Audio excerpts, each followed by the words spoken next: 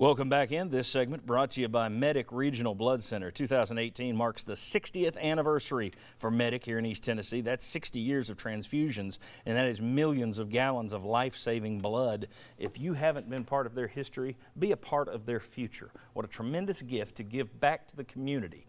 Medic Regional Blood Center. I invite you to do what I did. I went down there, and if I can give blood and find it easy to do, so can you. Medic Regional Blood Center. Okay, rapid fire segment, and I mean rapid. Bob and Jimmy. Philip Fulmer said during the SEC Network broadcast yesterday that he is well suited for the AD job because, quote, I know where bones are buried. I know the good guys, the bad guys, all those kinds of things. Who do you think the bad guys are? I must be one of them. I'm going to jump out there and say, is it probably members of the Haslam family now? I mean, because maybe one that was on the search committee for the AD, Jimmy? Exactly. When he didn't get the AD job first time around, would that be who the bad guys are? You know, because you would think that most of the people who were bad guys when he got forced out as coach, most of them are gone.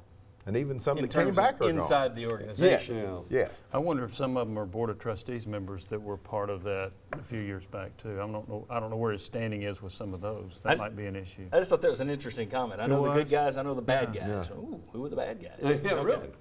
Next question for Josh and Chuck down there. Fulmer's contract calls for him to make, his new contract calls for him to make $900,000 a year plus $100,000 retention bonus, $1 million a year. Okay. He was also retroactively paid the difference between his new salary and what he was making as the interim. Okay, should UT have done that? Your opinion? They just paid off John Curry. They're paying off Butch Jones. They're still paying Dave Hart. And Philip Fulmer also said, I need to be paid retroactively to make up the difference for the last 5 months. Should UT have had to pay that?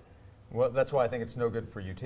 If you're paying John Curry more than $3 million for 1 year's worth of work, Dave Hart, his contract goes through September 2018, the Butch Jones buyout, and John's laid out for you. Buyout money is something that Tennessee pays, but it doesn't help Tennessee. Good for Philip Fulmer, but it doesn't help Tennessee. And why don't you address this at the front end when you're trying to get somebody to take the job? And you're going to say, hey, these 5 months, the salary is going to be X. And then after that, it's going to be Y. And then, okay, I'll take the job.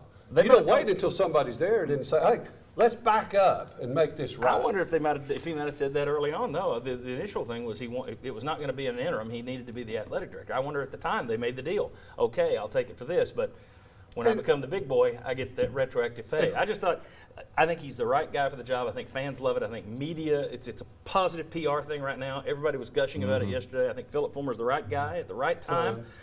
I also think it's a little much to say he's doing it just out of love. How many love for the university, love for cash. And how many schools are paying 2 former athletic directors and now 1 current? 3 ADs at once. 3 ADs. Is that a record? Now I know who the bad guys are. They don't agree with the retroactive pay. I'm a bad guy. I'm a bad guy on retro. I just thought that was interesting. All right, guys, thank you very much. When we come back, who are the most important returnees? Guys that missed the spring, they'll be back in the fall.